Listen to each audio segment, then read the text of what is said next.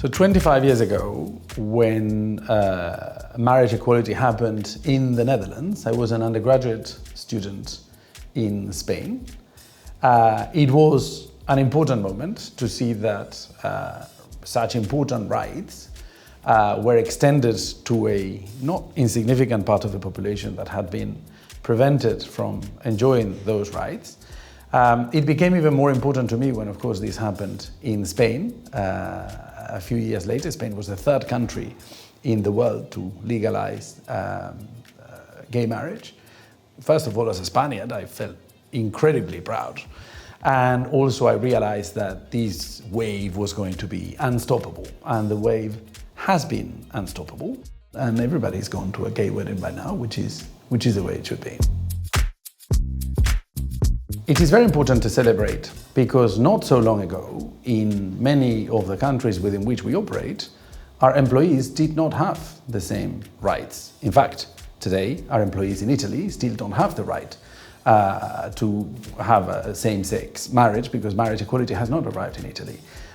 So remembering that this is still a fight worth fighting and that we are on the side of our teams is very important to us. So when I started my career in financial services, there wasn't a lot of visibility of LGBTQ+ executives. So naturally, you didn't think that that was a thing, you know. But over time, I think because financial services, in spite of having a reputation for being quite traditional, has been at the forefront of this LGBTQ+ revolution in the workplace, you realize that there were enough role models around for it to be possible to be out in the workplace. So people often think that coming out is something you do once, and coming out you do every time you are asked what you did on the weekend. And you ask yourself the question, oh, am I safe to say what I did on the weekend? Whereas I think financial services has been a particularly good place for this to happen. It's a brave new world and it's for the much better.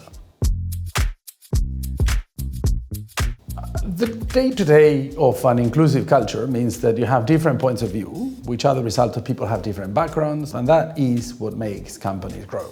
And I'm proud that Infront approaches this with respect. I think there is room for us to improve because respect for diversity is not enough. You need to foster it deliberately. You need to be deliberate about diversity, inclusion, and equity because respect is the lowest common denominator. So we have some work to do, and I've made it my mission to walk that path over the next few years.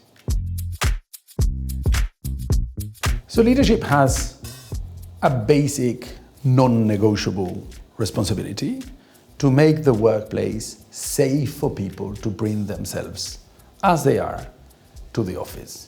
Safety is non-negotiable.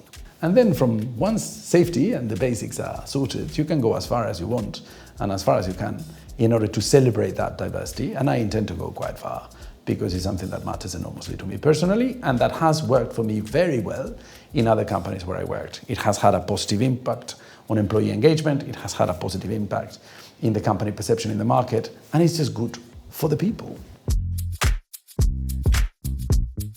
It's really a nice environment to be, so don't be afraid, go be yourself. I mean, it's not compulsory to come out or declare what your living arrangements are. But if you feel like doing so, it is the right, safe environment for that. And if you encounter any difficulty, you should speak up. That's my only advice. But the world has evolved a lot. Financial services is a very welcoming industry. It's a good place for them to be.